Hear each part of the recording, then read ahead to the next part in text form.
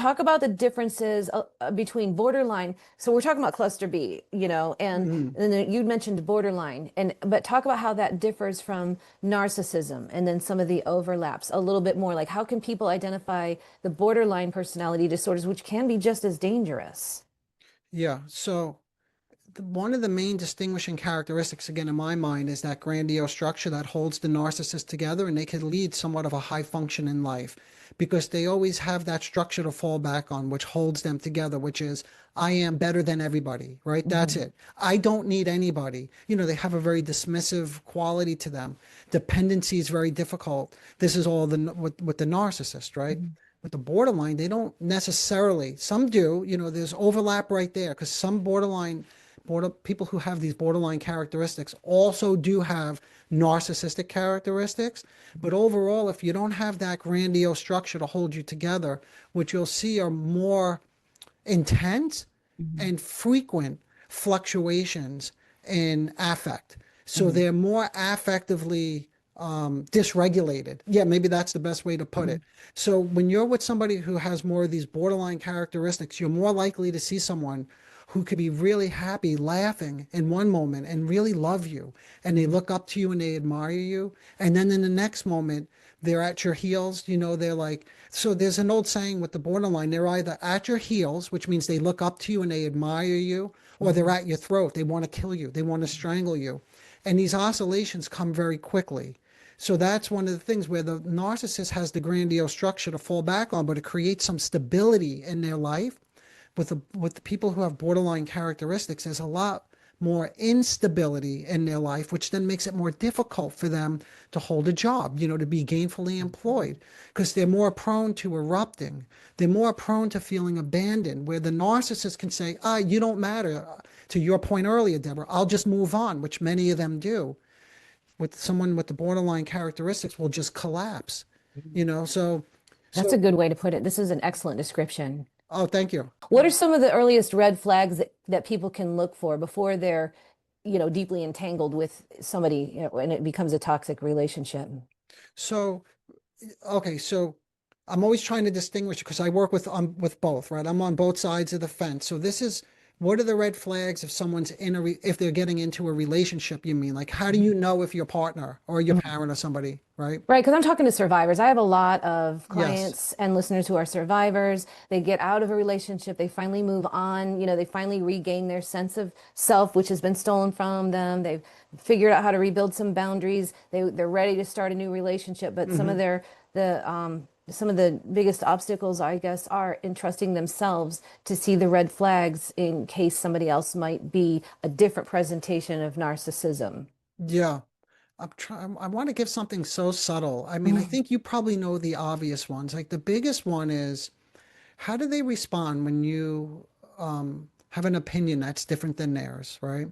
How do Mhm. they respond when you bring them something that you're very proud of, that you feel good about, right? How do they respond when, I could keep going, but these are I think, probably the ones that most people would recognize, right? That, again, there's very little room for you to exist in this type of relationship.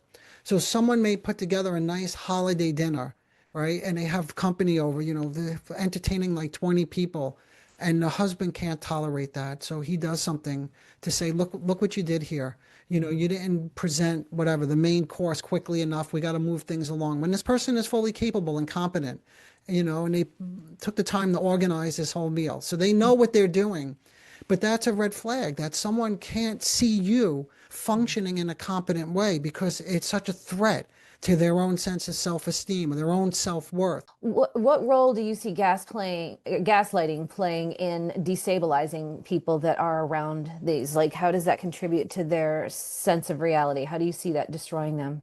I'm really confused, to be honest with you. You may have to help me with this one a little bit, okay? Hmm. This whole thing with gaslighting confuses me because, again, working with people who identify with these narcissistic characteristics, from my own experience, they do not ever intentionally, well, let me not say that, except for the malignant, which I said is an exception to the rule, Hmm. where they do get their power through manipulation. That's the malignant narcissist. The majority of cases do not intentionally distort reality. They just live in a different reality than you do. So when they're sitting there and they're like, yes, I retreated to the room or I walked away, right? Because they go into what's called, this is the narcissist, the person who's identifying with the narcissistic, they go into what we call a psychic retreat, which is they withdraw, right? But it's not done intentionally to manipulate your reality or to gaslight you. They just have a different experience of what just happened or what led them to pull away. So I have a little bit of problem with the gaslighting. I completely understand and agree with the concept when it comes to more of the malignant, because, oftentimes you could say to someone, well, you felt manipulated by this person. And saying that you felt manipulated is very different, because when you're with more of the malignant type of narcissist, it's very different than, no, you actually were manipulated. They Mm-hmm. did gaslight you. So I Right. think it's a real thing and one that has to be taken seriously.